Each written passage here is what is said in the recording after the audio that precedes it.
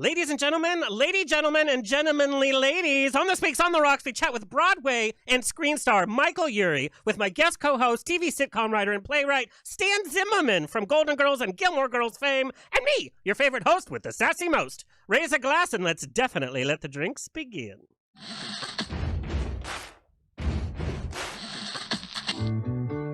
Thank you for being. Life is a banquet, and most poor suckers are starving to death. I'd like to propose a toast.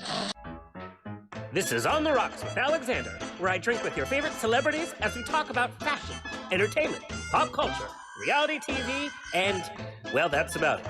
So pop a cork, lean back, and raise a glass to On the Rocks. Fasten your seatbelts. It's going to be a bumpy night.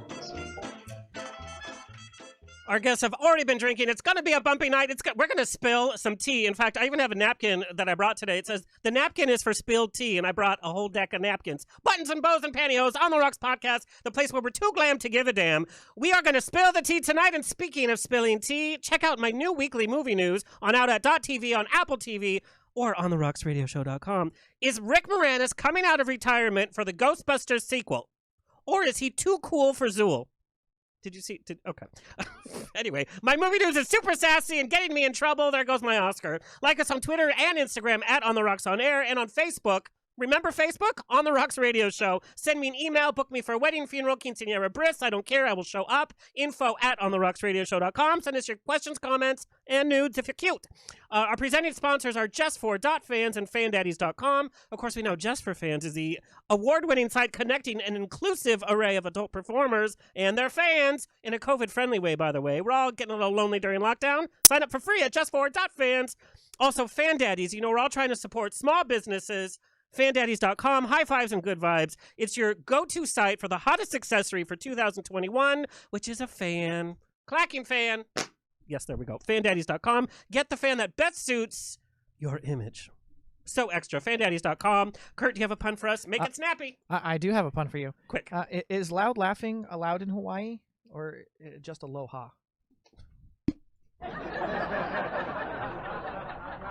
Watch. Stan Zimmerman's next show is going to be called Aloha.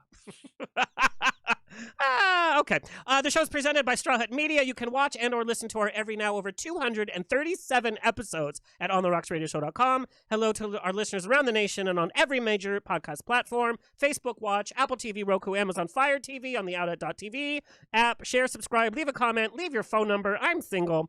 Okay, let me introduce my guest co-host for this evening, who holds the record as the most On the Rocks appearances, by the way, continues to hold the record. Mr. Stan Zimmerman has worked on many television series, including season 1 of the Golden Girls fame, Something Wilder with Gene Wilder, Roseanne, Wanda at Large, and the highly successful 5th season of Gilmore Girls. And besides writing and producing many television pilots, he and his writing partner, James Berg, rewrote the Emmy and Peabody award-winning Annie's Jesus Street for ABC.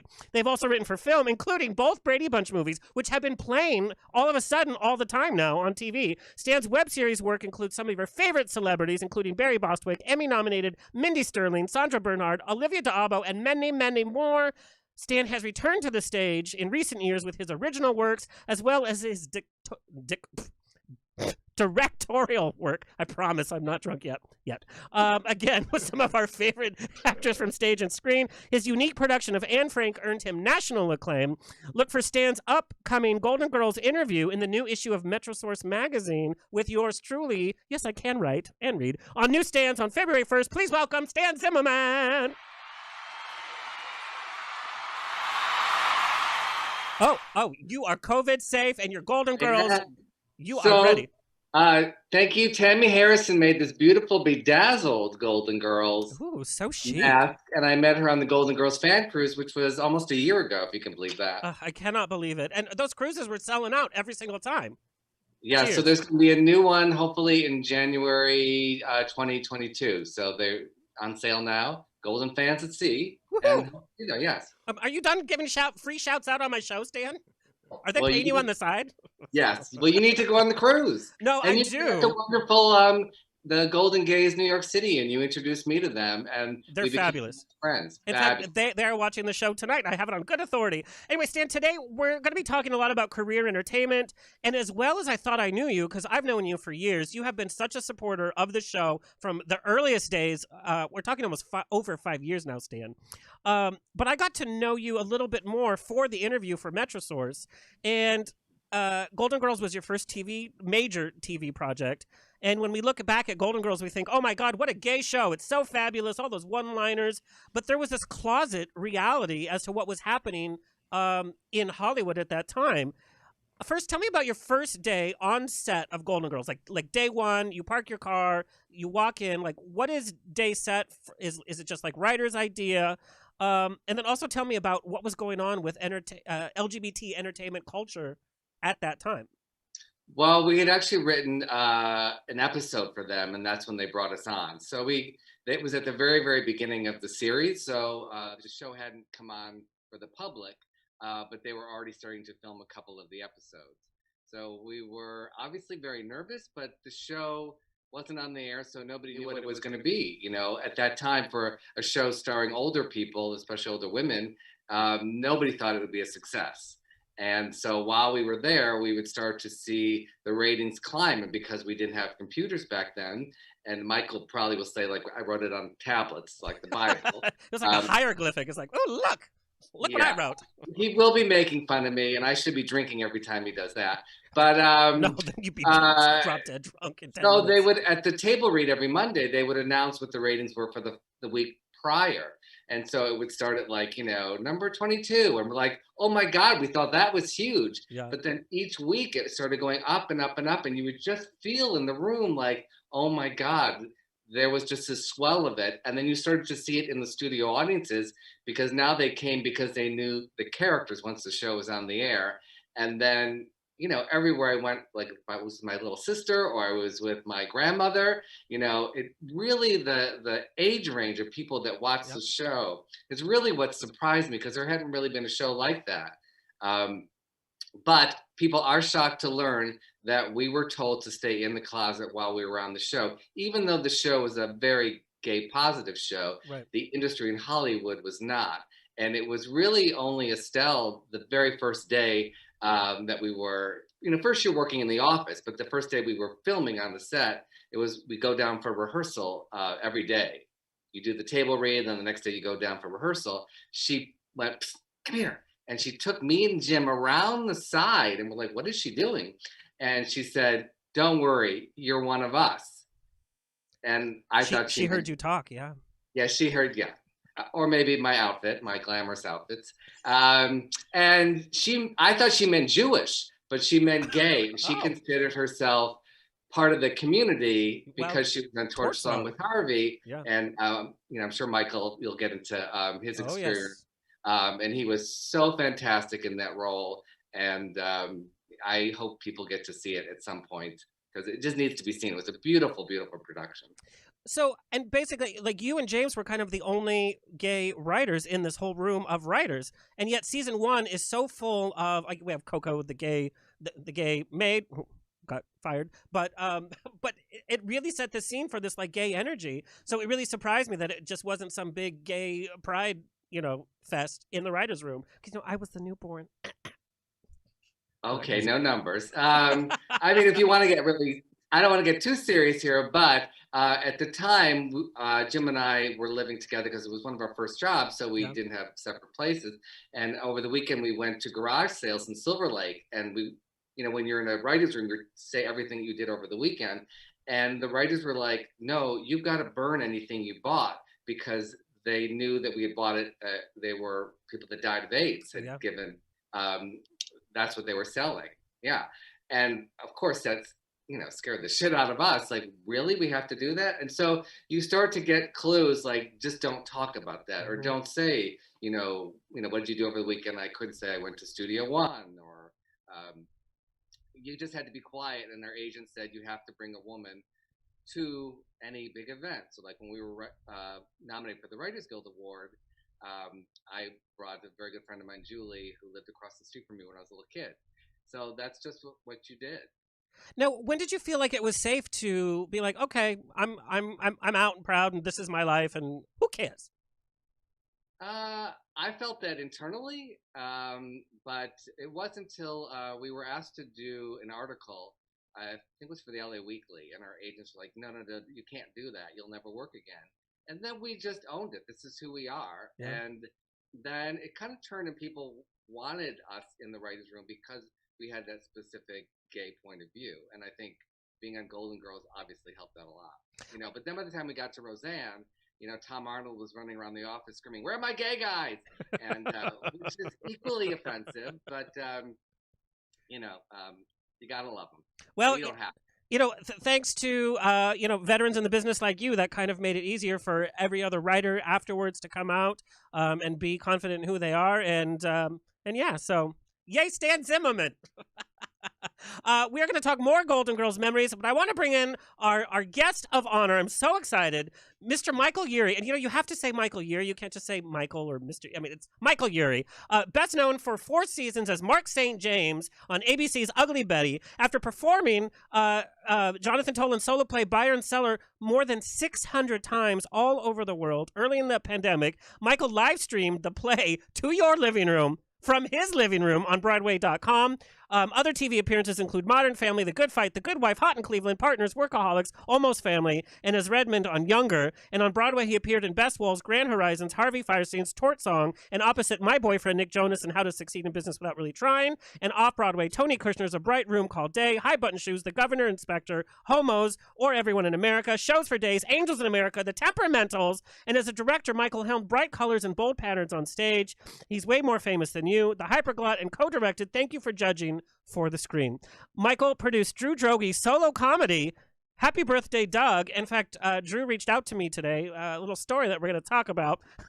Surprise, Michael Urie. And Michael also co-produces Pride Plays and LGBTQIA theater festivals each June. And as a host, he has hosted Logos, Cocktails, and Classics, which I loved, by the way. Yes, for many reasons. The upcoming HG TV show Clipped, by the way. It's not about circumcision. Calm down. And New York's Drama Desk Awards for 4 years in a row. Please welcome, hot from New York, Michael Urie. Hey. Oh, hello, you. Nice to see you guys. So, hello, Stan. I know that you guys have known each other for years and years, and of course, we can talk about the research part of it, and we worked on this project together. But I know, like Michael, when you're in LA, you'll stay with Stan, and Stan, I know, will bunk with you because he's too cheap for a hotel. But I want to know. Can't afford it. Can't Ow! afford it. Well, those TV writers up on the Hollywood Hills over there. But I want to know, how did you and I want to hear the personal story of how you and Stan met. Whoever wants to go first. Whoever wants who wants to tell the truth. I'll start. All right. So, Paige Davis, who you know from Trading Spaces. Yes. And who's also a terrific actor. Gosh, I don't even know how I know Paige Davis, frankly, but Paige had agreed to do something for Stan and then dropped out, or no, it wasn't like that. You're messing the story up. Well, I was filling in for Paige. All I remember is that Paige quit. She'd had enough. And she said, "I'm out of here. Will you please save my ass?" And so I stepped in, and I did Stan's one night of Stan's hilarious TV theme song musical. Love it. At the New York Musical Theater Festival. I played an offstage character, and I was, the whole thing was into a microphone, and I was like an announcer slash engineer. A recording booth. So it's called It's On, and it's a TV theme song musical. And I said that. That's what I said. Over 40 theme songs. Paige did not quit. So we were looking. We had. She's fired. I called Paige because she's an old friend and I love her. And I said, "Do you know any old Jewish actors? I was thinking like a Gary Marshall voice to be on." She said me? She said Michael Urie. It's like, damn, girl. And she's like, "Well, he's not old or Jewish, but do you know Michael Urie?" And I'm like, "Oh, that guy from Ugly Betty, that show?" I'm like, "Well," I was like, "Well, he's really funny. Yes, let's do it." And then he came back. He was flying to LA the next day to start filming Partners, the CBS sitcom. Yep. And so I said, "Okay, Paige, why don't you take Wednesday matinee and evening, and he'll do Tuesday night. And he arrived at the beautiful new Signature Theater. We were only the second show in that theater. And the minute I heard him off stage and laughing at my lines, I was like he gets my sense of humor. Like, that's when I knew we would be friends. Was it like friends at first sight, or was it like who's this TV guy? Yeah, I thought he was great right away. I mean, I thought it was, I love the idea. I love TV theme songs, always have. I thought it was a great idea for a musical. I read it. I thought it was funny. I got it. And no one else gets Stan at all. So it was like right away. You have to drink. Every time I insult you, you have to drink. Okay. So right away, he's gonna be so drunk. Right away, I just liked him. I mean, I thought he was cool. And then when I went right after that, I went to LA for like a long period for a job, and we hung out all the time. And then he has this gorgeous house, which you can see behind him. It's gorgeous. And every exciting reading that should be made into a movie like the next week it happens in Stan's house. Like, that living room has seen more celebrities and more exciting read-throughs than you could possibly imagine. And the bedroom has seen almost nobody. But I have to say, he's never shown me his bedroom ever. I hope young actors or actors of any age take a lesson from Michael. Because he was leaving the next day for a big job, and he didn't have to do it. He could have said, "No, I'm going to sleep in." Yeah. But he did that, and because of that, you just say yes, and you never know who you're going to meet and the experiences you're going to have. So he's so great about that. He's not so much recently, but mostly it's yes. Because he's a busy man. What I love when I'm talking to two artists who have worked with each other on a few different projects is I want to know, what have you learned the most from the other person, whether it's professionally or personally? You want to go first, Stan? That's PG, by the way. Oh, PG. Well, no, so he just did the play reading, and I thought that was it. We'll just be friends. And then you remember how it all started of working on, because he does a lot of award shows. Yeah. First one? I remember, but I don't remember how it came to be that you came with me and helped me out. No, the first one you were giving an award, I think, to Neil Merritt and Craig Zaden in LA.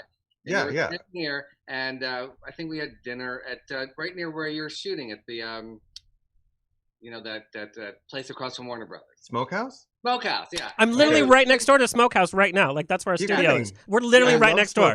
Yeah, right next door. And he said, "Oh, I'm presenting this award. Like, they wrote this thing for me. Can I read it to you?" And that's how it started. And you're like, you read it to me, and I think I made one of my faces. And you go, "You hate it." And I didn't want to hate it. I said, well, and he said, "Well, what would you do?" And then we just started riffing. And then he's like, "Let me get a pen," and we started rewriting it. And then you did it, and then it got. And you didn't come with me, but you didn't come with me. No, I had something that day. So okay. Believe it or not, I have another life, but I don't know. If it's past 8 p.m., he's like, "Man, I can't." I was sleeping. And then they printed what we wrote in like the Hollywood Reporter, Variety, or something. Oh yeah, that's right. It got written up. Yeah, because it was a big night, and they were awarding Craig Zaden, the wonderful, very lovely late Craig Zaden, and Neil Marin. We're getting some like Lifetime Achievement Award or something for Outfest, and it was a to-do. And I hosted, and Sean Hayes was there, and Darren Criss was there. And it was a great crowd. It was a big crowd of people. I think they showed a movie that night or something also, but I love Craig and Neil so much. And yeah, whatever some joke that you helped me with or wrote for me ended up printed in Variety or something. And I remember, like, you were so excited about that, and I was like, "What's the big deal?" And you were like, "We just got printed in Variety." And I never really I didn't really think about it. And I had hosted a bunch before that, but it wasn't until then that I really started as a host. Whenever I host something, really working with somebody and really thinking about the jokes and about the net, about the through line and stuff like that. And then so Stan's done. I hosted the Drama Desk Awards 4 times, and you've been there 3, and worked with me on all of them and a bunch of other stuff. We did a The night at Artios Awards, remember? And remember we were like in some room and it was like Christine Baranski, Tracy Ullman, and Meryl Streep were in there. Oh my And God. oh my God. And we were hiding in the corner. And I think we stole their sandwich after Meryl ate it. I was so excited. Remember that That's was great. right. And they did a number. Yes. Oh my God, I totally forgot about that. Oh. Oh, we had the Artios Awards is the Casting Directors Awards. And, they happen at the same time on the East Coast and the West Coast. Well, not the same time, the same night, but it's like 3 hours earlier on the East Coast. So half of the shtick when you're the host of that is to tell people not to like post or text, like please keep the secret. Spoiler alert. And spoiler alert. Don't spoil it for the stupid West Coast. like Drag Race every goddamn Friday. Oh wow! But but it was a boozy night. So it was a really blue crowd, and it's casting directors. So come on, Mm-hmm. They're like they're already like halfway into the garbage can. But we had totally forgot about the Meryl Streep night. That was a wild one, but a lot of it's not as glamorous for me in the drama desk because Michael has me running underneath the stage. Because he'll enter like stage left, and then have to do something, and then go stage right, and so I run under with pages and scripts and things, and but we always have water bottle and protein bottles, and then you help me change. Remember the time we did the actors the acting company gala? God. And you had how many you changed your outfit like every. It was a Halloween affair. It was the acting company, which is the great classical theater company that was started out of the first class at Juilliard. And they do classics, and they tour them all over the country. They still do. It was the first class of Juilliard. It was like Patti LuPone and Kevin Kline, William Hurt. Like they went on tour after they graduated from Juilliard, and it's not associated with Juilliard anymore, but they're still around. They still do great stuff, and it was a Halloween gala, so I dressed up as all these great characters from theater throughout the night. That was your idea. I mean, so Michael comes up with these concepts. He doesn't just get up and read the things. So then he'll call and say, "All right, so what 6 like characters from theater?" And then we'll argue about it, and then you'll pick what you want. Yeah, we did like Shakespeare and Rum Tum Tugger and Ava Perón. No, Hello Dolly. We did Hello Dolly Levi. Did you do Rocky Horror or something? Oh yeah, Frankenfurter. Oh my God. Which we also did for Cocktails and Classics, Alexander. Yes. Maybe you saw the Rocky Horror. Of course I did. I love that show. We need that show back. Yeah. Now more than ever. We do. Cocktails and Classics, 2 things I date the most. Okay. Remember when you did it at the Gay Ski Weekend? Oh yeah, Stan came with me for that. We did a live. That was live, but we filmed it too, I think, for TV, or maybe we didn't. I don't remember. But we did Tu Wong Fu. Thanks for everything, Julie Newmar. With and our special guest was Douglas Carter Bean, who wrote it. Yeah. That's a great movie. I just want to like hang out with you guys. Like that's all I want to do. And believe me, I've seen Stan at his best, and I've seen Stan at his Staniest. Same. All right, well, I'm very excited that you both are here because Stan, I know that you got some stories. Michael, I want to talk about your early theater years in high school. You want to just direct. You don't want to be on stage. Fiddler on the Roof happens. They need to drag you up to play Sasha. And like ruin everybody's good time and ruin the wedding. Why didn't you want to be center stage? Why were you like, nah, I don't want to do it? Well, I didn't think I had what it takes. I was also really shy. Like when I was 6, we moved from Houston to Dallas, and when I lived in Houston, I was really outgoing. I was 6 years old. I was a really outgoing like kid in elementary school, and then we moved in the middle of the school year, and when I was in 2nd grade, and I really went into my shell for a long time, for quite a few years. So, but then I wanted to make movies. I wanted to like I love television and movies, and that's what I wanted to do. I wanted to be a movie director. I wanted to go to Los Angeles. I remember like checking out books about Los Angeles from the library. Because so I thought it was cute. so cool that they made movies there. And so I wanted to be a director, and I did theater not because I liked theater, but because it was the closest thing I could think of to movies. And I had this great teacher, amazing teacher in 9th grade who let me be her assistant director. I told her, I want to be a director. I don't want to be an actor. I want to be a director. She let me be her assistant director. And I remember at the auditions, we did Fiddler on the Roof. There was not a Jewish person in the building. It's Texas. At Vines High School in Plano, Texas. And we did Fiddler on the Roof, and she and I was the assistant director. And so I'm sitting behind the table at the audition, which is, totally, open auditions. Yeah. Everyone's standing on the stage. Now you come forward and read the Mother Abbess. Okay, now you come forward and read the Mother Abbess. Yeah. And we're oh, I'm sorry. That was the Sound of Music. That was the next year.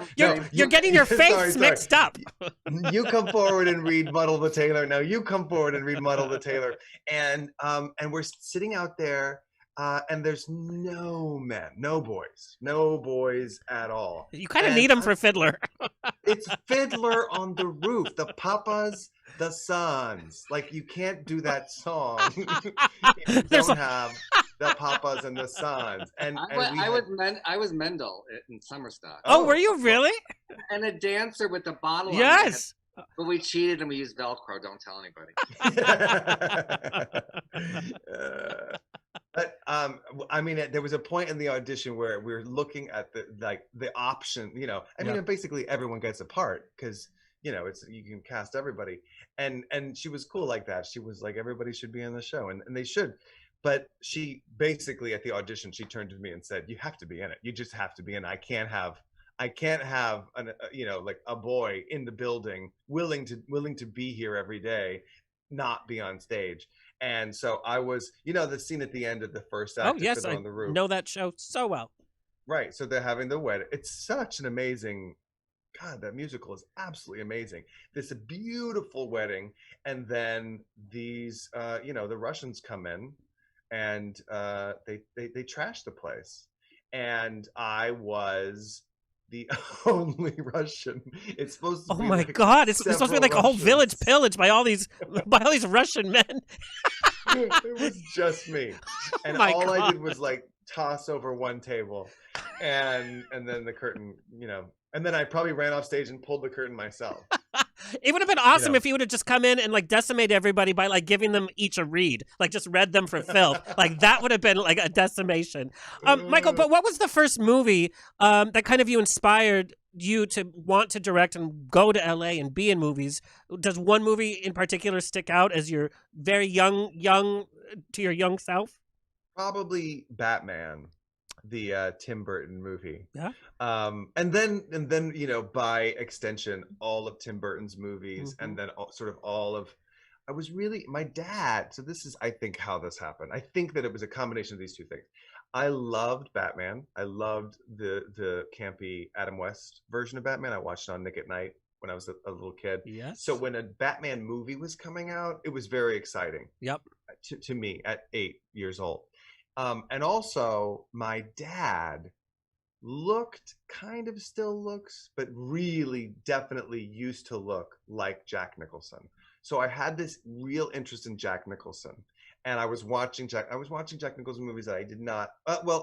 Once I watched Jack Nicholson in Batman, and he kind of looked like my dad, and I loved Batman, and now there was this other version of Batman. There was two different kinds of Batman. Like I started to understand like tone from that, and then I followed Jack. So I followed this Tim Burton path, and I followed this Jack Nicholson path, and I watched. I mean, I was a 9-year-old watching Chinatown, and I started to understand now he's different in this movie. He was really silly in that movie. Now he's different in this movie, and Tim Burton was making these things, and you could like Tim Burton. You fall in love with a Tim Burton movie, you can really see his influence. you really see like what a director does. You understand right away that's, oh, I see what he did because he does similar things in this movie and in this movie.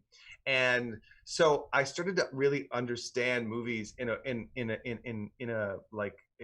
way that was more than just I liked them or I was a fan. It was like, I want to do this. I want to make this. I want to understand this, even at like 9-10 years old.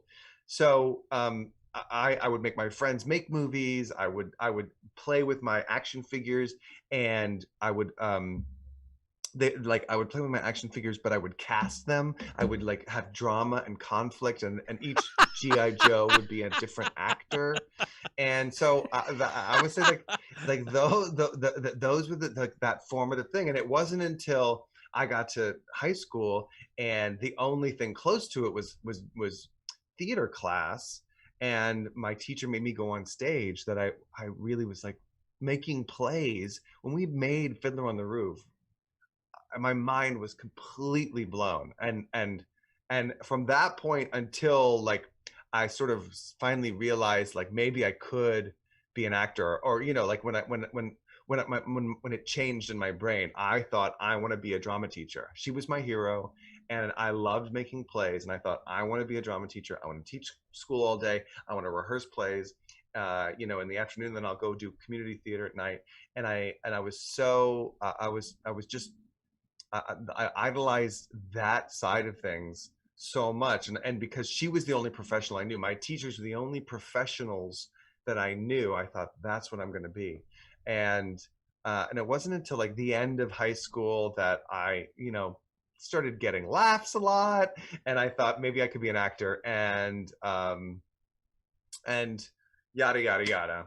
Here I am drinking really stiff drink.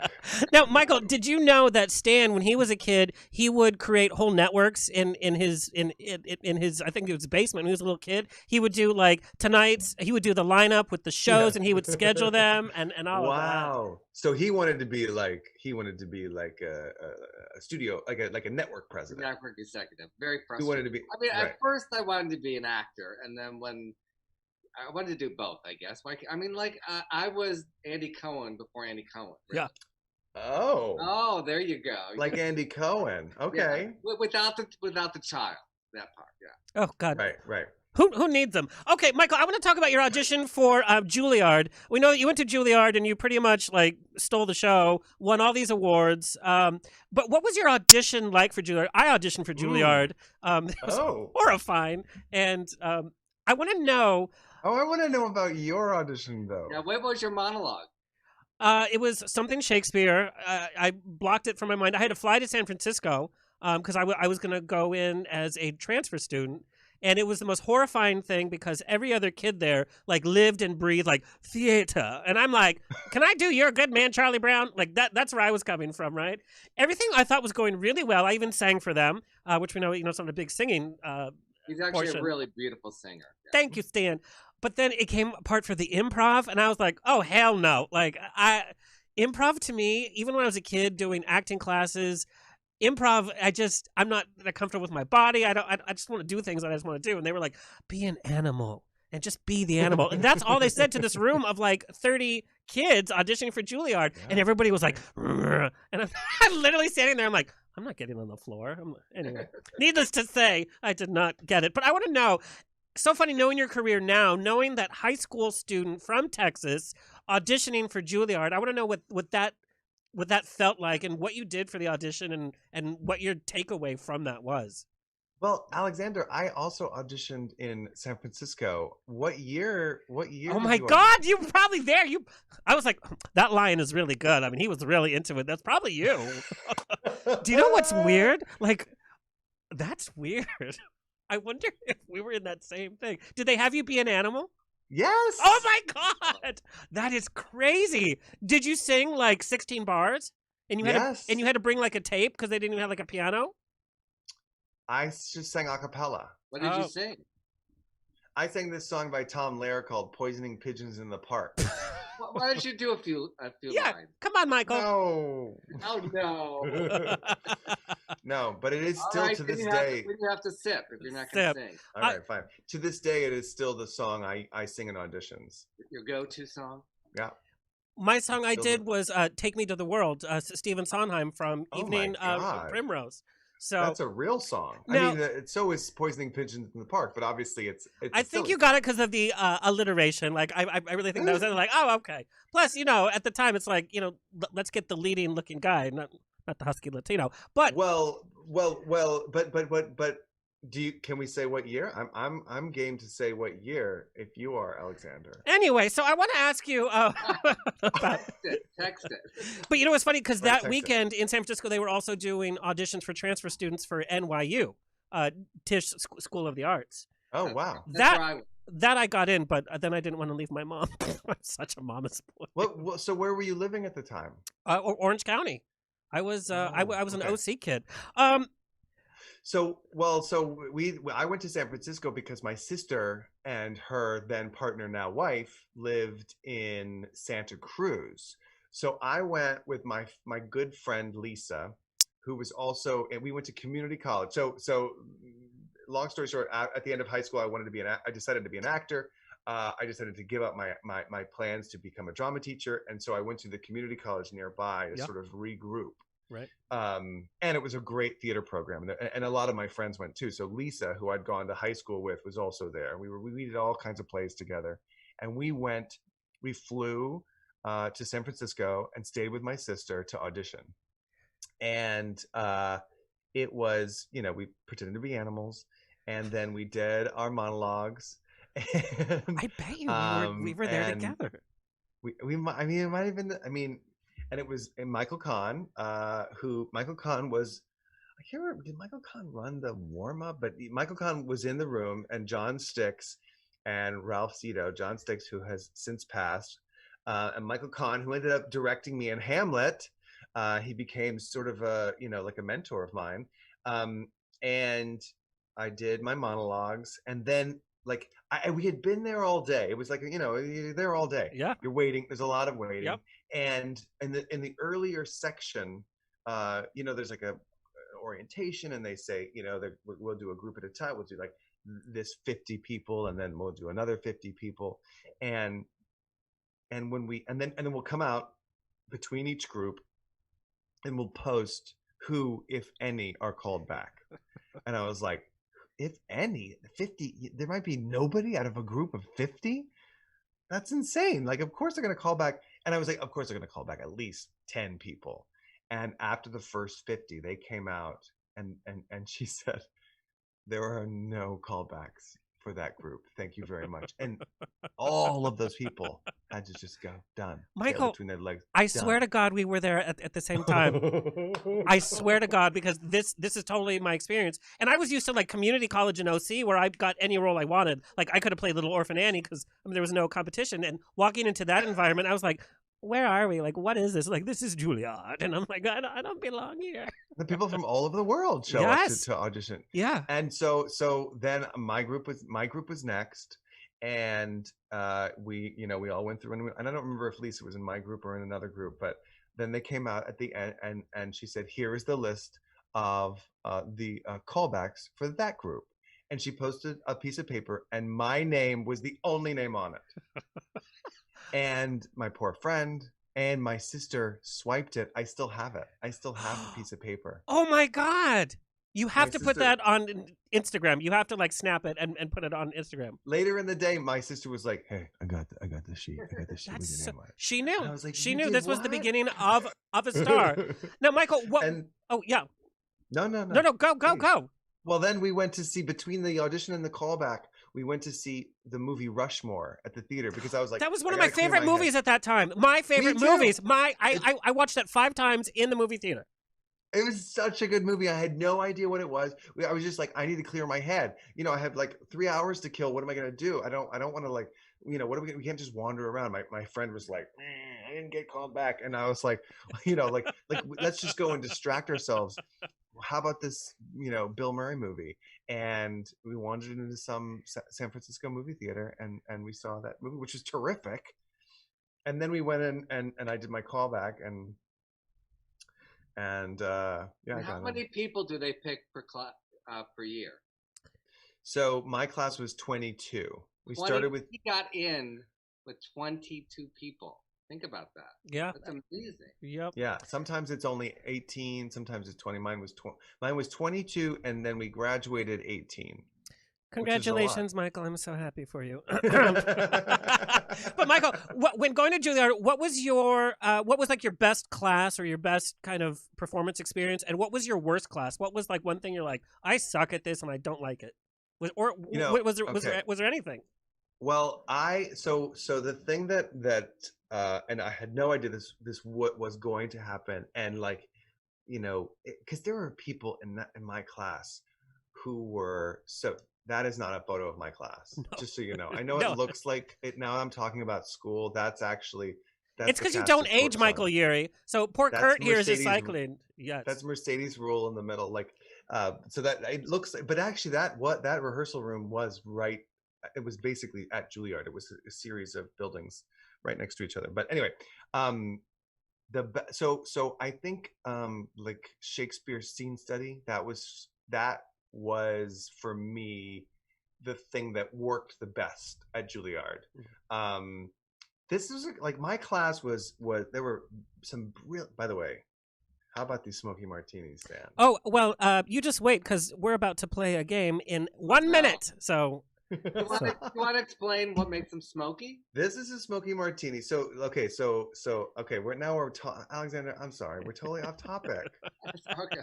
There is no off topic on the rocks. Everything is on and off topic. This is a smoky martini. It is in my martini glass that was a wrap gift from the Good Wife, and it is 1 part Lafroig, 4 parts vodka. Lafroig is this Scotch that I really love. That's a smoky, peaty Scotch, and 4 parts vodka. I used Absolute. Doesn't really matter, and it's chilled with Ciroc. Oh, you fancy bitch! From Tammy, thank you. It's chilled with a twist of lime, a lime twist. Stan did a lime twist. I did a lemon. Oh, sorry, I did a lime twist. You did a lemon twist, and it is lethal. And I learned it from Moises Kaufman, who directed Torch Song, who was just outside of that photograph you just had up, and he's in it. It'll floor you. He's not. That's who we're all looking at in this photo. We're all looking at him. I love that. He introduced you to Lafroig? No, he introduced me to the Smoky Martini. I got introduced to Lafroig, I think, when I was in Scotland at the Fringe Festival. Even though you can get it pretty much anywhere here, but I happened to be in Scotland when I. Well, I'm definitely. I'm literally tomorrow. I'm going to go to Bevmo and I'm going to get Lafroig. You can now listen. I'll tell you something about Lafroig. There's a bunch of different versions. The 10 is the cheapest and it's the best. Get 10. The Lafroig 10. Cheapest and the best, just like my ex. Okay. Just don't drink a whole bottle of it. Stan, no. You know me. That's like telling me not to breathe. Okay, but Michael, what was the most difficult class at Juilliard? Okay, so the most difficult class for me was physical comedy class. I know that's like, because I know I do like a lot of physical comedy. Yeah. This was not quite that. Like, it's not quite. It was called that, but it was really like, it was actually clown class, and it was this technique, and it wasn't that I wasn't. It wasn't so much that I wasn't good at it. It's just that it sort of eluded me in certain ways. Like, how do I put this? Like, it was a beautiful class, and it was taught by this amazing man called Chris Bays, and it was a clown. You created a clown. You got a red nose, and you created a character that was your clown, and my clown, and everybody found their clown, and then they were named. And my clown was named Pom Pom, and like my friend Graham, his clown was Ricketts, and he was like a cranky clown. And then this guy Jeff Beal, who's a genius, this amazing actor named Jeff Beal, who his clown was, I forget what his clown's name was, but he was just like a perfect clown. And And then other people who always did serious work or who always gravitated towards serious work, they would blossom in this class. They would find something in this class. And I think because I was already doing funny characters a lot, or I was doing characters that would be perceived as funny, I think it just sort of eluded me and it didn't really work. But the coolest part about that, so I wouldn't say that I failed at that, but I definitely I didn't, it wasn't necessarily my best subject. But that teacher, Chris Bay, so my third year at Juilliard, right before we started, one of my classmates died. It was awful. Oh my God. It was this guy. I loved him. He was a good friend of mine, and he was like a troubled student, and he almost got kicked out, and then he didn't. And then right before third year started, he died. And it was a bit of a mystery how he died, but there was something fishy. It was not great. He was maybe like it was a drug thing or something. It was bad news, and it was really, really sad. And we buried him, and it was, tragic, and the whole school came together. It was just before we started. It was like orientation week, Jesus. Our third year. And then day 2 of our third year, once school actually started, was 9/11. Oh my God. And so we were having this insanely tragic year, doing, we were doing we started the year with a tragedy, doing this like intense tragedy, and we're going through tragedy ourselves. So the next slot is the Chris Bay slot, this amazing teacher who taught clown, and you would always do you would use your clown to do like a Moliere play or a Goldini play or, some like language play that you could use the clown in. And he threw that out this particular year, and he said, we're going to make a circus. This class has been through enough. You lost a classmate. 9/11 happened. We're making a circus. And so we created from the ground up a circus that was all clowns. It was called the Fiasco Brothers Circus. It was a circus for idiots by idiots, and it was beautiful. And it was in gibberish. Everything was in gibberish. And some people were incredible at just coming up with gibberish. I couldn't do gibberish to save my life. And I couldn't really find my way into any real character. I had good timing, but I couldn't create something. But it was one of the most special things I've ever been a part of. And there were people who couldn't get a laugh to save their lives, who excelled in this this clown circus that we made on, in December of 2001, weeks after 9/11 in Manhattan. And so even though when I think of it, it was probably the most special thing we did at Juilliard, I do think that class was the one that eluded me the most, and that was the biggest struggle for me. All right. That's that was nice to hear. And that's how you tell a story, Rose. That is how you tell a story, Rose. Well, after COVID's over. And that's from. Well, and once COVID is over, maybe it's time you bring back this circus, because we've all been through it. Right. All right, we're gonna pick things up a little bit. We are premiering a new segment on tonight's show. Kurt, take it away. Truth or sip on the Rocks with Alexander. Oh my God. All right, truth or sip. If you don't want to answer the question, you have to take a sip. All right, this is for both of you. Have to answer separately. If you had a breath mint, what celebrity would you give it to first?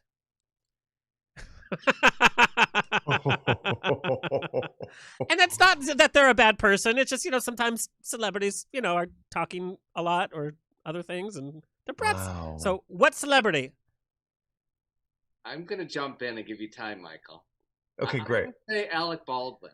Oh, okay. I feel like he might have eaten something before that I don't really want to smell. Yeah. But also I feel like he'd be talking a lot, so there'd be, a lot of that coming my way. And he's But probably... you don't have the personal experience with Alec Baldwin having stinky breath. I'd like to. That's so weird to hear. No, Stan, you have to do it about the celebrity that you know that you worked with. Oh, someone we know? Yeah. Oh, he's taking a sip anyway. Yeah. He's like, whatever. What celebrity that you've worked with, you'd be like, oh, girl, I love them, but they could usually always need a breath mint. I mean, I have a smell celebrity, but it wasn't their breath. Okay, that works. Gene Wilder used to smell like talcum powder. Oh, well, that's not that's bad. a nice smell. Yeah. Well, not really when you're like getting notes and you're sitting next to him, but okay. Michael Urie. Gosh, I'm gonna sip. I'm gonna sip. We're gonna doing a lot of sipping. Somewhere Vanessa Williams is like, thank God. Okay, this is for both of you. Michael, have you ever hooked up with a theater co-star? Don't count. Oh yeah, sure. Juilliard, count like professional theater, like Broadway, off Broadway. I did. Okay, right before Ugly Betty went on TV, I did a rep of Shakespeare rep at the Old Globe in San Diego, and I hooked up with everyone. It was one of those this is long before my partner Ryan. This was one of those, like, it was the gig was cut short for me because Ugly Betty became a show, but it was supposed to be a 5-month gig. We did 3 plays in rep, and we did and it was we did Titus Andronicus, Othello, and A Midsummer Night's Dream, and as you have gleaned from this interview, I'm a big nerd. And I loved every second of it. And we all everybody in the Shakespeare rep, and it was a huge cast, plus all the other shows that were happening. The Old Globe is this like giant, theater factory. There were other shows happening at the same time. We all lived in the same apartment complex. Oh my God. And everybody, and it was one of those, great California apartment complexes where it was on a hill, and you open the door and you could just hear the ocean, and Shamu waved at you, like it was all happening. And you would open your gate every night and just listen for where the party was. And I mean, there was some great hookups, not just people. I mean, but that was like Shiley. It was the Shiley apartments. Well, good for you, because you worked it all out of your system, because we know that you've been in love for almost a decade, or over a decade. Stan, over a decade. Well, we're going to ask you about that, because you know how many messages I got, like, oh, ask them if they have an open relationship. I'm like, no. Stan, have you ever hooked up with somebody that you've written a line for? It could be theater, too. No, the only one I did, but I would never do it on the job. But I was. I hope not. Like you look over in the writer's room and there's Stan going at it. No, I directed a music video in New York. I was just sending Michael a picture that we actually filmed it at the Cock in New York, and Laverne Cox was an extra. Oh my God! Cox. So I did have. You hooked up with Laverne Cox? No, I did hook up with someone after we were done shooting, who had been an extra. Okay, all right, all right. This is for both of you. Current TV show that is so overrated you can't believe it's popular. Good question. Current TV show.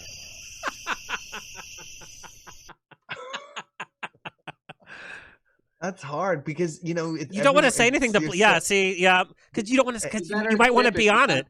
If you want to be employed, you better sit, Michael. Yeah. That's why I asked that question. It's like, I want to be on season 2 of Bridgerton. I love Bridgerton. But I have to say that was the first thing that came to my head was Bridgerton. But I actually love it. Of course you do, because you can't say you don't like it. Because Shonda has ears everywhere. Okay, this is for both of you. A celebrity that you've met or worked with that you're fine with never seeing again. I went How to long you got? I went to the premiere of the Santa Claus 3. On purpose? Was it open bar at least? It was when Ugly Betty had first started, and my manager was like, I can get you into the and I just went for no reason. I had no reason to be there, but I went. I was probably my first premiere ever. It's exciting. And I'm a big Martin Short fan, and he's in that, so I was excited about that. I was like, I love Martin Short. And at the party afterwards, there was a buffet. There was a buffet, and I got a plate of food, and I was wandering around looking for a place to stand, and I saw or sit. There's probably like a high top table, and I saw a table that only had one person, and I sort of gravitated toward it, and this man who was sitting alone said, "You can sit right here if you want." And I was like, "Great, thanks." And it was John Voight. Oh. So many And reactions. yeah, and I don't know why he was there. He wasn't in the movie. He was probably there for the buffet. Okay, yeah. And or maybe he's good friends with Tim Allen, because Probably. Or he's like, is Angelina here? She won't return my calls. yeah. I don't remember what we talked about. He was very nice. Obviously, he invited me to sit there, but that guy's crazy as fuck. So I don't ever want to see him again. Did he ask you to sit in his lap? No. Like in my mind, that's what happened. He's like, come here, pretty boy. Stan. Sip? Oh my God. Come on, nobody? He's too PC and he still wants to write for everybody. I think. How about Roseanne? I'll say it for you. No. I would actually. I don't know this. When we went on Roseanne, and my writing partner Jim Burke said, "Don't do it," I kept thinking that if I could just hug her and tell her everything was okay, she would be normal. Good luck. And everyone's like, "Don't get near her. Don't let her touch you. Don't touch her. Don't let her see the whites of your eye." But I just wanted to go like, "It's okay, honey," that I could somehow save her. And yeah. You can't save anybody, not in a relationship, not in a friendship, you just can't save anybody. Okay, the final truth or sip. Michael, did you ever sneak a peek at Dick Jonas's goods in the dressing room during How to Succeed? Be honest. Did you ever kind of look over and be like, that's the Jonas bubble I know? I don't think. Well, we didn't share a dressing room. Yeah, but you still, people walk around and it's theater. But listen, I like him so. I love Nick Jonas. We all do, and girl. I actually love the whole fam. All of those boys are so nice, and I even went on vacation with them once, with Nick and Joe. Did you see anything? Well, oh, you did. I mean, I didn't. But I mean, Joe is. I mean, Nick is sort of like I rehearsed. I went into that show with Nick, and I rehearsed with him, and he was like 19, and I was, that's legal. Like 30 something then, and like it was more like I was more like an uncle, But we got along really well, and I loved him so much, and I loved doing the show with him. And then we went on vacation like after we'd closed. And his older brother, only a little bit older, but his older brother Joe was there, and I'd gotten to know Joe a little bit too. But going to like, a vacation with Joe, I mean, Joe hot. Is handsome because like Nick is cute, it's got all the right curves, but like Joe is handsome. Anyway, and like that sort of like smoky, smoky. Yes, sexy. That's exactly it. Like he's got that like smoky eye going. It's like, girl, tell me your secrets. And at one point we were like, we were at this resort, and we were in a cabana, in a hammock, in the sun setting. it was pretty gorgeous, and we were like, we were sort of away because like they couldn't go anywhere. Of course, they were the Jonas they were Brothers. mobbed. Yeah, go. So we were like sort of separate from everybody, and it was like this, and the pool area was like this club area, and at one point a Joe Jonas song came on. And like crazy. When you're like in a cabana by a pool near the ocean, and you're hanging out with a guy whose song comes on, like that's hot. That is hot. And you're like, I hope they play the cast recording from How to Succeed. and he's thinking, I'm here with the clown. Pom Pom. Pom. Okay. Pom Pom the clown. Stan. Truth or sip? A Golden Girl that you would have replaced. None. Wow. I mean, none. They were. You have to choose one, or sip.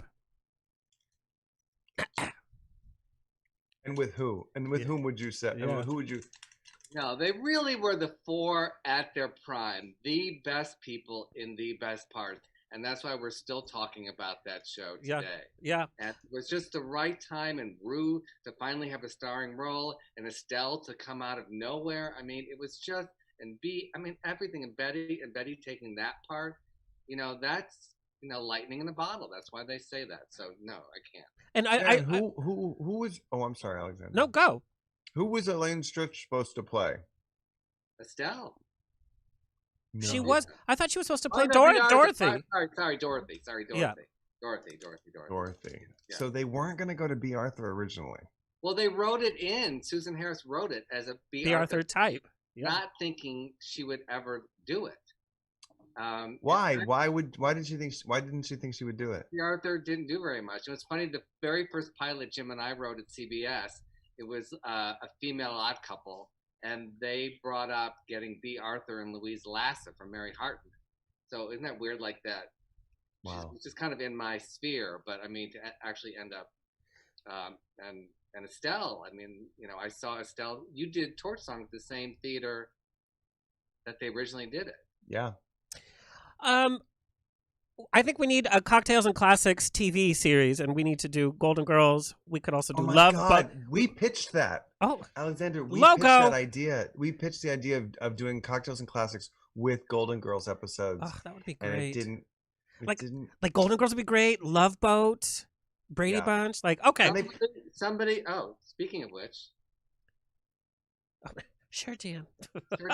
Sure, Jan. Somebody needs to buy Logo and really make. Somebody really does. I mean, we love Logo, but they need a little help. Okay, we got to get the show going. We're going to take a quick break. We're going to get a word from our sponsor, Fan Daddies. Yet? I mean, we have, but it's like I have 6 pages of questions. When we come back, we're going to talk to Michael about, of course, Ugly Betty, and then we're going to talk about his Broadway debut and theater during COVID. It's happening when we come back.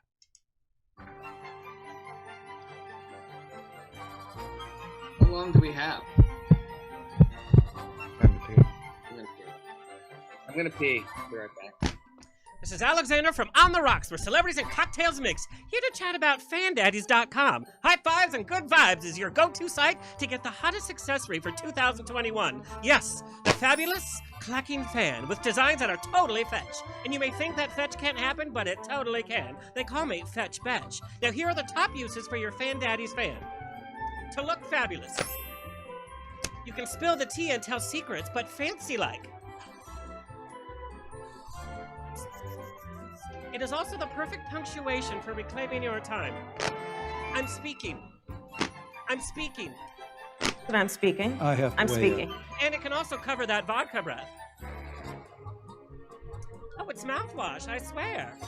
And last but not least, it makes you look fabulous. So fabulous, you have to say it twice. So go to FanDaddies.com and get the fan for that best suits your image. Until we can clack our way through festivals, prides, and events, it's the perfect accessory to spruce up your Instagram selfies or send as a gift.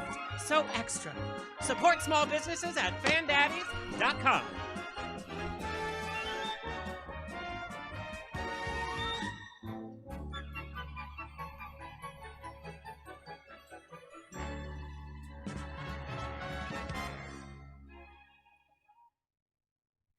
All right, FanDaddies out. Okay, Michael Urie, we're going to talk about Ugly Betty. It was your first big TV project.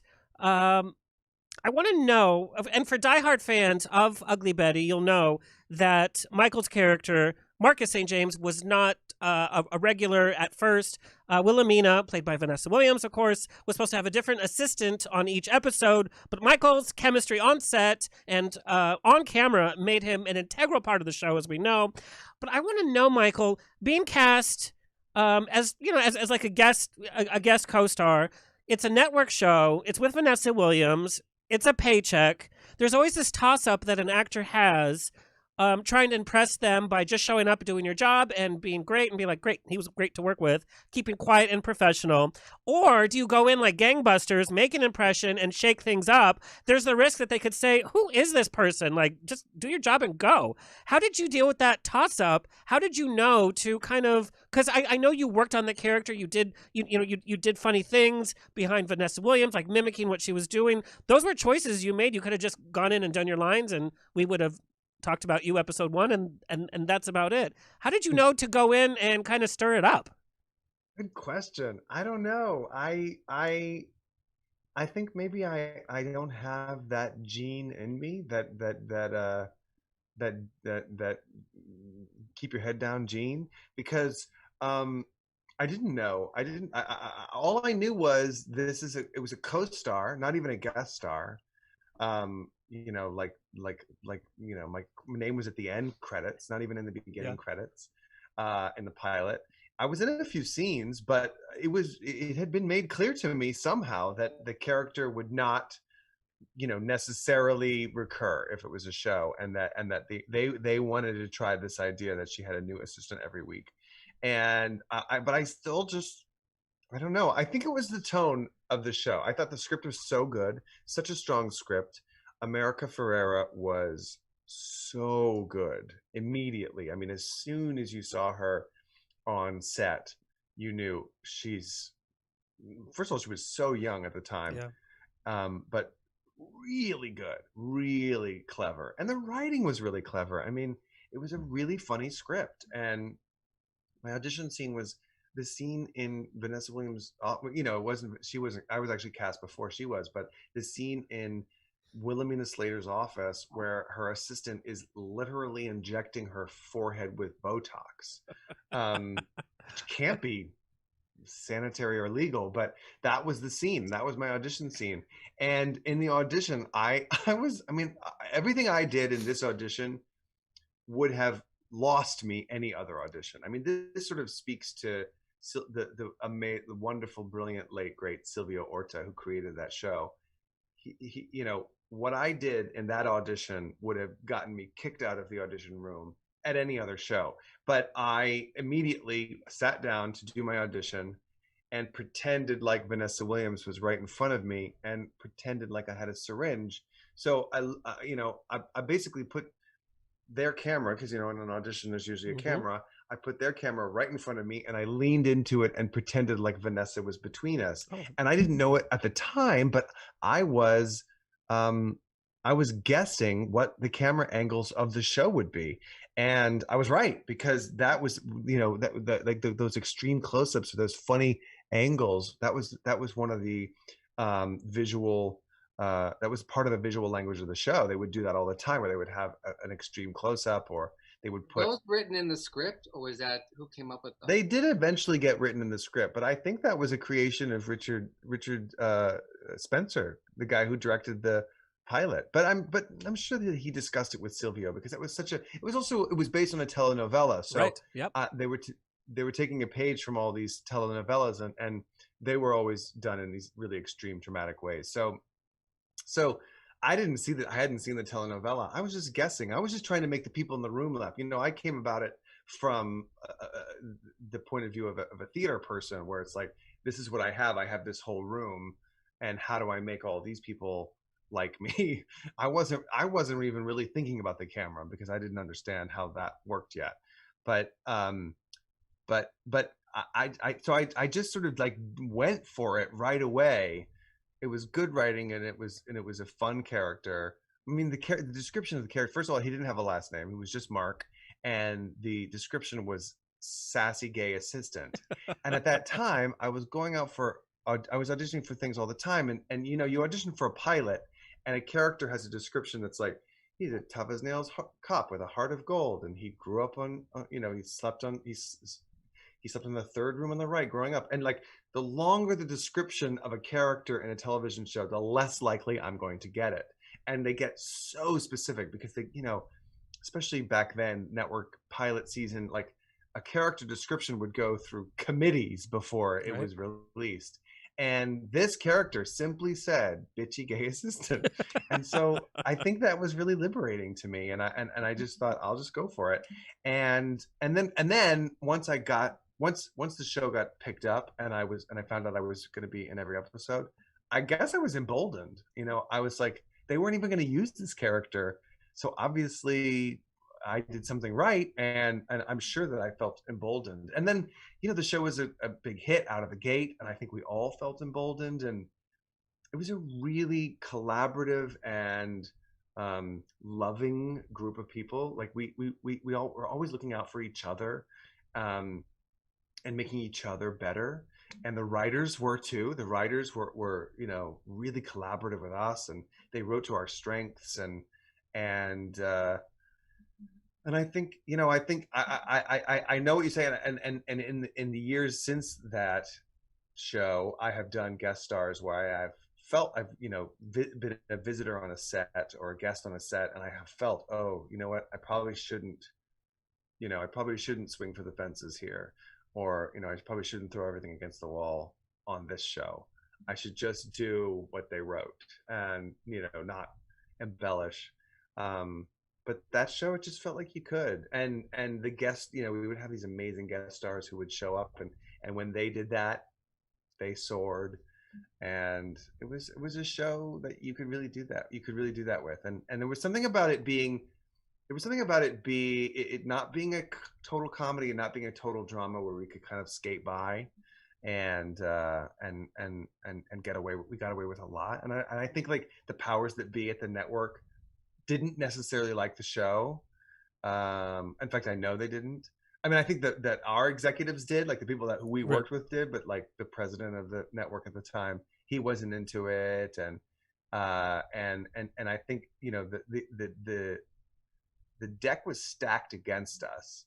And we just kept like getting, America would win another award, or the show would get great ratings for another 3 weeks in a row, and they couldn't say no to us, and that was a really exciting thing. And then eventually, it dipped below a certain point, and they canceled us after 4 years. Well, I mean, the show was so unique for its time. It was so different, like you said, of what was out there. I want to talk, we're in this Instagram age where it's all smoke and mirrors, and a lot of people are smoke and mirrors, even during COVID when half of us are depressed at home. I love when you talk about, your kind of first year, the show's a big hit, doesn't necessarily mean that you were rolling in the bucks. You've talked very openly. You're like, well, yeah, I was on this hit show, but it didn't, I was still kind of broke. You even took a job hosting Miss America Reality Check just to pay some of the bills. But what were, tell our viewers that are in the entertainment business the actual reality of being first year on a hit show. Like I said, it doesn't necessarily mean that you're rich overnight. There's still a process there. Yeah. So, I mean, I was a co-star in the pilot, which is less than a guest star. So like I always say, if you're watching Law and Order, the suspect is a guest star. Mm-hmm. The guy who says he went that way is a co-star. And I was a co-star. And a co-star makes, very little. I mean, a couple of thousand, which is a great gig if it's one day. But if it's like, if it that's it. That was it. And meanwhile, series regulars are making tens of thousands, sometimes 20s of thousands of dollars. For an episode, and I was, so it was not a lot of money, and I didn't think much of it, and then when the show got picked up, they didn't know if it was going to last or not, so they're not just going to automatically make me a series regular, even though they were going to put me in every episode, because I didn't have a deal. That's the whole reason when you test for a pilot, or if you screen test for a pilot, just a pilot, not even a series, if you screen test for a pilot, before you even walk in the door, you have made your deal, you have signed away your next 7 years. That's why they lock you in up front. But they hadn't locked me in, which meant I could have walked away if I wanted, but of course I wasn't going to, because I'm not going to walk back to, off Broadway or my Shakespeare rep. I've got a TV show. But that also means that I can't negotiate. I have no leg to stand on because I don't have a deal. I didn't have a deal. I didn't really have a deal until the end of my second year. I didn't really get. I mean, I had all shows produced, and then I was made an official series regular. But because I'd never had a negotiation, I was making more money than I'd ever made in my life. But I wasn't making TV star money. But yet I was showing up on red carpets. I was, paying for PR. I was paying for. I had publicity needs, and I had, I had to like wear clothes on the regular. Like were like things I had to like expenses that you have when you're on TV, and I was not making the kind of money that you could just buy anything and show up anywhere and fly when you need to, And a lot of it is covered by the show, but it was I was definitely in a position where I was living in a studio apartment, and I had a car, but I remember when I got the car, I needed to get a car. I bought a used car, and they weren't going to finance me, but I didn't have any money. I had a little bit of money that I could put down, and they were not going to give me financing. And I said, listen, I'm on a TV show. And they were like, and this is like Hollywood, Honda of Hollywood on Santa Monica. I know it well. Sure. They're like, sure, you're on a TV show. And I was like, I promise you, I really am. You can Google me. You can go to abc.com/uglybetty and you'll see me. And the guy literally did that. He literally went on his computer and he Googled me, and he saw that I was on a TV show. It hadn't come out yet, but by the end, and he was like, all right. And he gave me the loan, and then he asked for a photo. And that's such how a I got Hollywood my car. story. That's Hollywood.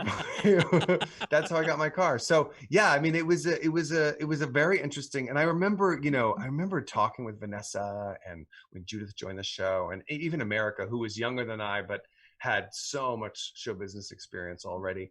They talked to me about, like, you got to have a better deal. This isn't right. This show's making a lot of money off of you. Because my character became a major character right away. It was a brand of the show, yeah. I was I was getting recognized in the grocery store within weeks of it being on TV. I was in TV Guide. I mean, it was a big out of the gate hit, and I didn't have, and I remember there was a point where they started a softball league. There was like a TV show softball league. And in order to join the softball league, which I was not interested in joining, but I thought I guess I should. Networking. Yeah, and it was with the crew, and I didn't want the crew to think I was lame. And I remember, like, one of the camera guys was like, "You're not going to join? What does it matter? You're not going to join?" And I was like, "Well, I was going to, but the cleats are $100 or something like that. You had to buy cleats." And he said something like, "Come on, the money you guys make." And I remember thinking, no, wait, $100 is still a lot of money for me. I know it. I guess it's not for, but that was a lot of, like, that was a scary prospect. I like the idea that I was gonna, in my head, I was gonna pay $100 for baseball cleats that I would probably never even wear, and then the show was gonna get canceled, and I was gonna have nothing, and nobody was gonna hire me because here I was, this, loser, this gay loser.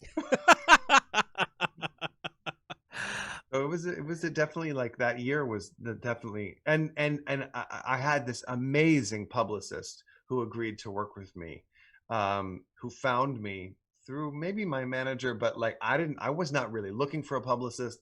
I was afraid. I was like, I can't afford a publicist. Like, that's not something. I remember Eric Mabius, who's a great guy, but he was the guy on Ugly Betty. He was Betty's boss, Eric Mabius, and he'd been around the block. And I remember talking to him and being like, yes, I'm talking to a publicist. He was like, yeah, I have a publicist and a business manager and a lawyer. And I was like, oh, what do they do? And what does that person do? And you pay them all, huh? And he was like, oh yeah, you gotta get all those things. Gotta get all those things, man. And I eventually did. But this publicist showed up just when I needed someone like that the most. I had no idea what show business was or what being on television was like. And this woman, Julie Nathanson, came along, and she said she thought I was great. She loved me. And she was like, I know you're not making any money. I will hip pocket you until your deal gets better. Wow. And that means hip pocket means work for you for nothing. And so for the first probably full year of Ugly Betty, she didn't make a dime. Wow. And during that period, I realized that I was with the wrong agent and the wrong manager, and I had to make a change. And there was actually a period of time that year when Julie was my only rep. I had nobody else. And then she helped me find my still manager. And then I found another agent through actually Becky Newton, who was my good friend and co-star on the show. And working with Julie, I finally realized, oh, this is what people say. This is why people thank their reps when they win awards. Thank your PR first, and then God. Yeah, exactly. And it was someone like Julie, and Julie was my publicist, whether I had a job or not, whether I was paying her or not. for years and years until she passed away, actually, at the very beginning of the pandemic, not from COVID. She had a long battle with cancer. And I was in LA right before the pandemic, when it was already here, but we hadn't shut things down. I had flown to LA and to shoot a pilot with my good friend Becky Newton. And I was just sitting around waiting, afraid to go anywhere because the pandemic was looming, knowing that Julie was compromised, had an immunocompromised, so I wasn't going to visit her. And just before everything got canceled, we spoke on the phone, and I said, "Look, I'm not going to come visit you because I don't know if I have it. Who knows?" And she's like, "Of course you can't. Plus, I'm getting another surgery next week. It'll be my last, and then I'll be done with this cancer." And she did get the surgery, even though things were so crazy. And she was recuperating for probably a month, maybe 6 weeks, something like that. And she just didn't make it. And it was one of those sad things, like early in the pandemic, there hasn't been a memorial, there hasn't been any kind of service. It was one of those, when we were really locked down and people were dying, not of COVID, and I'll never know, like, if there wasn't a pandemic, would she have, gotten better care? Would there have been a bed for her at the hospital? Could she have, recuperated, under someone's eye instead of at home with a friend? And I mean, we'll never know. I mean, all these people, and there's been quite a few now. I'm sure you guys have felt that too. Like, this year has been so strange. And I've known people who've died from COVID, who've had it and gotten really sick and been hospitalized. But I've also known other people who've died this year, whether by, regular sort of ongoing sicknesses or by surprises. And it's a very strange thing. And so she was my first this year. And like, obviously, like, show business hasn't quite come back yet. I've had some jobs this year, but it's not really back yet. And even still, even with the few things I've done and the few prospects I've got right now, I think about Julie all the time, and I constantly think, oh, I wish I could talk to Julie about this, or I wish I could ask Julie this. I would go to her with advice for this, and who knows what it'll be like when we get back. I mean, I don't know if I'll ever have another Julie again. Something like that. Julie, wherever you are, we are sending you amazing thoughts and love. Here's to Julie. To Julie. She was awesome. Stan, you met her. I met her. She was so lovely. Thank you for introducing me to her. Well, and to give it back to you, Michael, this is just the positive energy you have, what I've heard from Stan, what I've heard with because I do research, and I talk to people who've worked with you, and everybody just says this positive, resounding, just smile when they say your name, because there's this positive energy that you have. One of our listeners in 2008 went to take a picture with you at the GLAAD Awards, kissed you on the cheek without asking you, and was mortified and apologized, and you smiled and said it was okay, and he said that he was so impressed with how sweet he was, or that you were to him, that he still remembers it. And this was 2008, so this is the positive energy. And then you gave him the tongue, and then Okay, I literally have questions and questions and questions about Ugly Betty and your role as an LGBTQ spokesperson. But I want to talk about 2018 was a particular heavy year for you in terms of taking on iconic roles. And, iconic is a word that's thrown around left and right and left and right. But Arnold and Harvey Fierstein's Tort Song on Broadway, and then also Hamlet with Shakespeare Theater Company in D.C. I mean, there's a million questions for just those projects. But in taking on these roles, it comes with a lot of pressure, a lot of history, like Stan says. I mean, he remembers Tort Song so vividly. How did you go about and you can talk about them separately or together, but how did you go about making these characters your own while still kind of paying homage to the legacy of these characters? When we're talking about two totally different forms of theater, right, and characters, and you played them both in the same year. It was crazy. It was so crazy. Yeah. So Tort Song, had both of them, and this is, like a luxury when you're when you're an actor in the theater, like when you get to play roles like that are that big, like you kind of have to commit like a year in advance, or 2 years in, because they weren't going to program Hamlet without a Hamlet. And so and Michael Kahn wanted to do Hamlet with me, and I wanted to do Hamlet with him. So in order to like make that happen, we had to commit early on. So I knew I was going to do Hamlet. And the same thing with Torch Song. I mean, they had never revived Torch Song, and Richie Jackson had this idea. Richie Jackson, who had produced our version of Torch Song and was Harvey's manager, he had this idea that I should play Harvey and I should play Arnold, Harvey's role. And he figured out how to get me the role. I read the whole play for Harvey. And that was another thing. And he was like, okay, now that we have our Arnold, we'll find a place to do it. And then we found Second Stage, and we did it there off Broadway. And then we moved to a commercial production in their Broadway theater, the Helen Hayes, which is where Harvey had done it originally.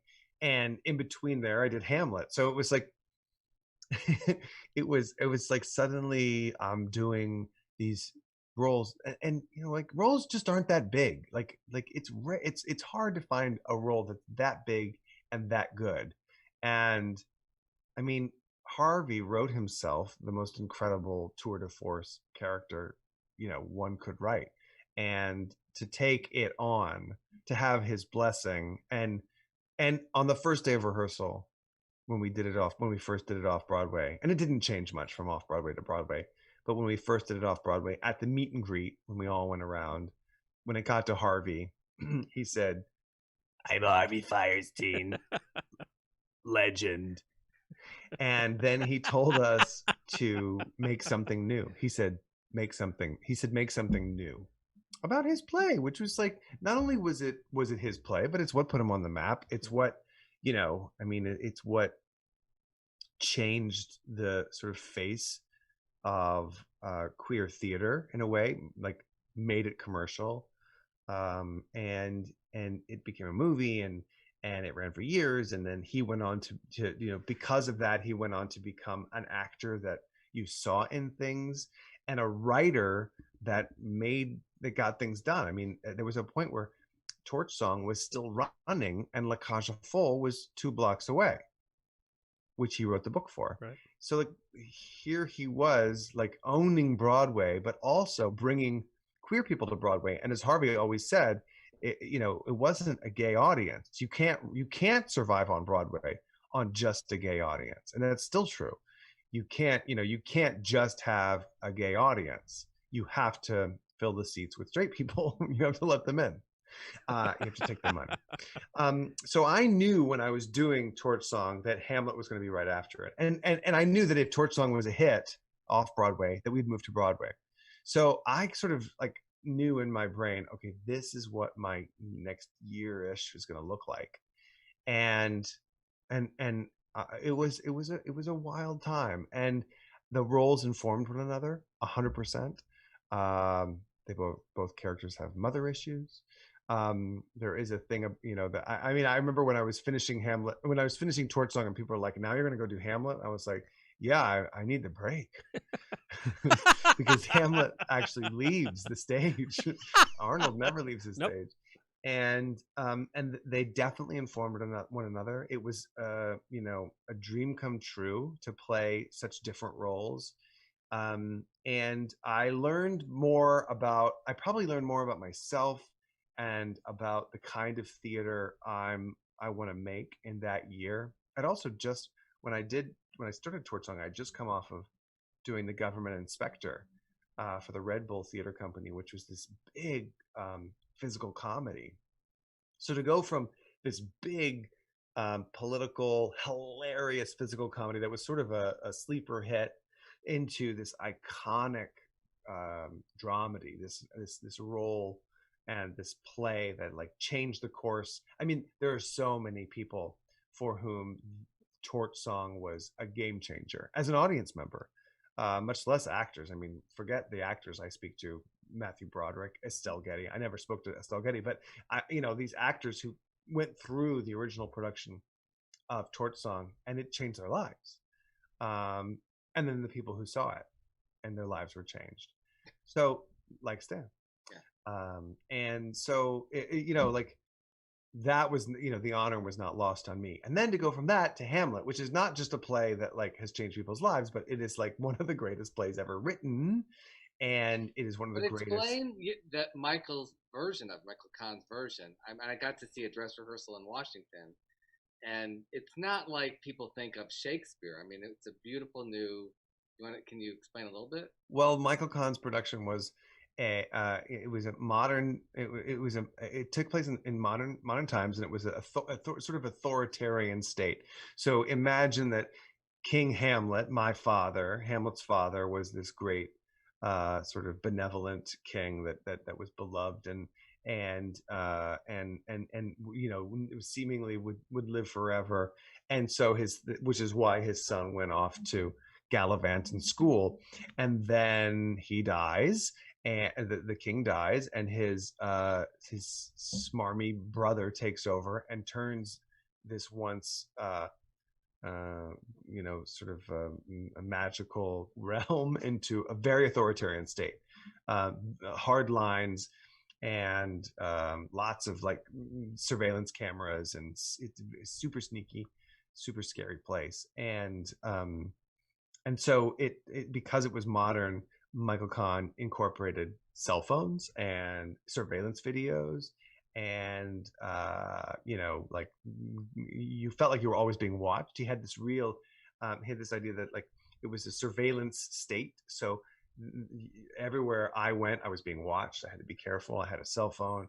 Ophelia had a cell phone, but like they were always watching us, and it was really cool. And it really made it accessible to an audience. And we did it in Washington, D.C., where audiences are extremely smart, and they understand Shakespeare. Because like even I mean, I studied Shakespeare. I've done lots of Shakespeare. It takes a few minutes before your ear really hears what they're talking about. But in DC, these are all lawyers and politicians. They're the closest thing to they're using that language on a daily basis.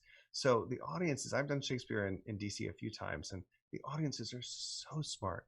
They're so clever, and they pick it up right away. So to do a play like this in an accessible version for them was such a thrill. And so, and during this political time. Yes. I mean, of course, Michael, he definitely chose this sort of authoritarian setting during the Trump administration intentionally. I mean, there was no like Trump character, but it was more of like this is where we could end up, and it certainly was. It certainly was. But it was so yeah. I mean, they all informed each other, and then after Hamlet, I went back to Torch Song, and then after Torch Song, I went back to Hamlet again, and we remounted Hamlet, and it was a really good couple of years, and a really amazing time doing these massive roles in plays. And God, I miss theater. It's such a kind of you're still so young in your career, but look at everything that you've done. And then to talk about you barely getting on stage in high school on Fiddler on the Roof, and look at everything that you have done, the roles that you have played, the people that you've inspired behind the scenes and in front of the camera on stage. You kind of have to take a breath and kind of take it all in, everything that you've done. Like I said, I have pages and pages of questions about so many different things, but I just real fast, because we have to end soon. Silver Foxes. It's a play, or it was a pilot written by Mr. Stan Zimmerman as an homage to the Golden Girls. With about not a reboot. Not a reboot. It's been written like, oh, it's the reboot of Golden Girls. It is not the reboot of Golden Girls. Stan, in a nutshell, what is Silver Foxes? It's a story about older gay men and how they kind of create their little bubble and survive. And so we decided, when we kind of hit a roadblock as far as any network wanting to do a show with an older demographic and a gay demographic, which obviously you can't do for some reason, we decided to make it into a play, because as you both know me, I don't take no very lightly. No. There's another way around it. And so we turned it to play, and Michael actually gave us the note. He said, make their house a character. Really make it a play and make it a one-set play. And we want to feel that living room. And all of a sudden it was like, oh my God, yes. And we went back and we rewrote it. And then we said, Michael, you have to direct it, and twisted his arm. And then we did a online reading of it, because obviously during COVID, I can't go to New York. We can't do a reading backers audition. But again, you know me, it's like, how can we keep moving this forward somehow?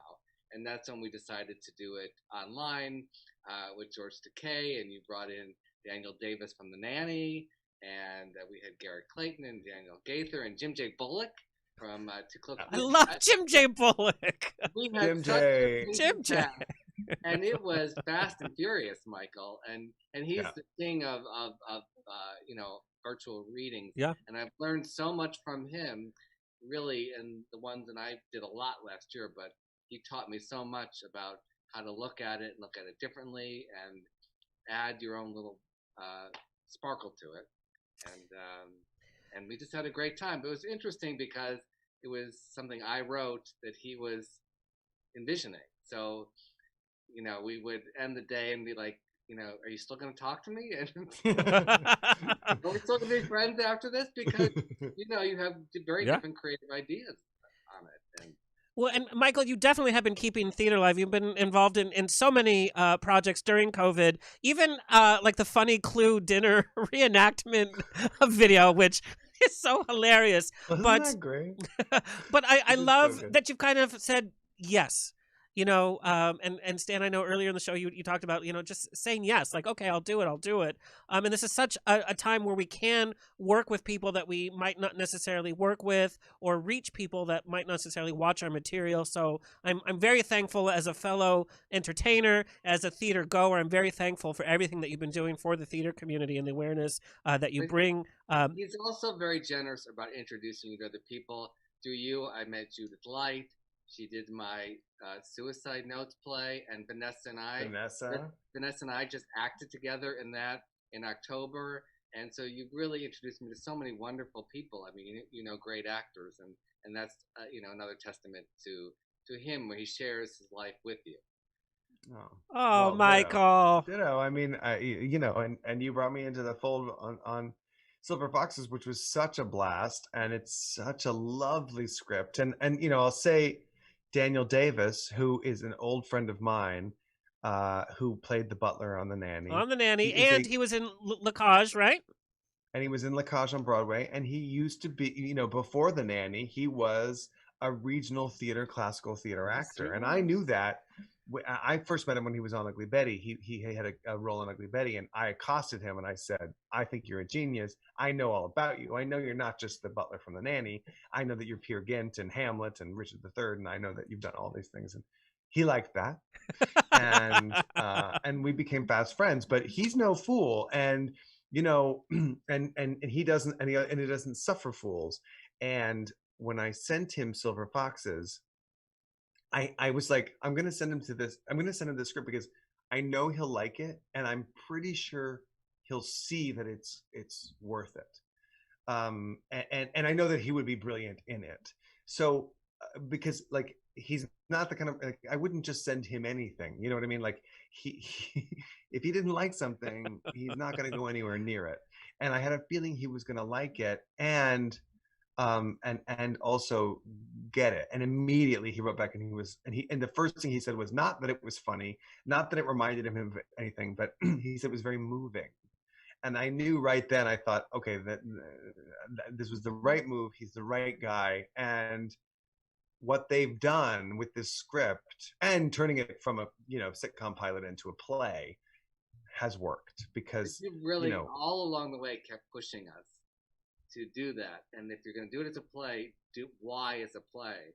And that's why I can't wait till people mask up, get your vaccine. We really need to do this play and talk about these stories of these people that we're not talking about. And the idea that you'd have to go back in the closet when you go into assisted living is just so tragic that we learned about. And that's kind of the main storyline of the play. All right, gentlemen. We could talk for hours and hours and hours, and we're going to have to do part 2 because we got some good topics. But we have to end the show really fast with rapid fire, and you got to just rapid fire him off. Just do Michael. Yeah. Okay. Michael, what Shakespearean character best resembles your personal life? I would say Flute from A Midsummer Night's Dream. Flute, who plays Thisbe in the play within the play. He is cast as Thisbe, and his line, his reaction is, "But I have a beard coming." What would the name of your biography be? It would be "Mama, Can You Hear Me?" Okay. Worst audition. Worst audition was for Chicago Shakespeare Theater. It was they were doing, I think, I can't remember what they were doing, but it was in a room at Ripley Greer in Manhattan. And if you know Manhattan, you know Ripley Greer. And it was delayed because there were auditions for the national tour of Cats. And when we walked in, I was the first one, and I said, "Does it smell like cats in here, or is it just me?" No, nobody laughed. And then I did my monologue, and when it was over, the artistic director of the theater said to me, "I'm just not feeling it." You're like, that's fine. I'll go to the Jellicle Ball. Yeah, exactly. Michael, the biggest pet peeve when sharing a scene with another actor, could be on stage, on camera. Oh, well, it is not listening, because and that's obviously, that seems like a big thing, but like if you can't follow when something new happens, then that's no fun, because if you just do the same thing no matter what I give you, then we're not going to have any fun together. And you know, and inevitably in the play, especially, inevitably when something does go wrong, I can't trust you, because I don't know that you'll necessarily go along with whatever the new moment is. What female role would you love to play in a theater piece, whether it's Shakespeare, musical theater, any theater piece? It would be Rosalind in As You Like It, who spends most of the play dressed as a man, but it is a woman. Loves it. Michael, tell everybody where they can find and follow you. Find me on the Twitter and the Instagram. I'm at Michael Urie on Twitter. I'm at Michael Urie Likes It on Instagram. I think I'm on Facebook. Right now I'm on a stool. You are such a delight. I cannot wait till you're back in LA and we can do happy hour and really have a chat. Well, thank you, Alexander. What a treat. This is so fun. I'm so glad we did this. I'm glad you finally got to meet. I've been wanting you to. Finally. We have many happy hours ahead of us. Stan, we're not going to do the full rapid fire, but I got this question from one of your fans. If you were to write a story about the Gilmore Girls right now, what would it be about? Obviously Rory having her baby, Logan's baby, right? Okay. That's gonna be controversial, but we'll go from there. Yeah. And Stan, where can everybody find and follow you? Zimmerman Stan, just because they got to be different. Yeah. I love it. And also on February 1st, nationwide, go to newsstands, get Metrosource, the latest copy of Metrosource magazine. My interview with Stan, all about Golden Girls, is in it, and we have some fun behind-the-scenes pictures that we've included. And that's it, folks. It's always a grab bag of fun every week on the Rocks. Big thank you to our fabulous guest, my engineer Kurt, our intern Alexis Mendez, and our researcher Mama Rhodes. And above all, you, our fabulous audience. Stay happy, stay healthy, stay sexy, stay tipsy.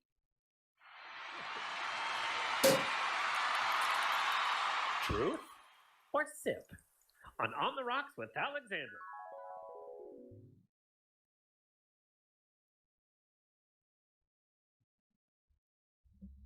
That was fun. Oh.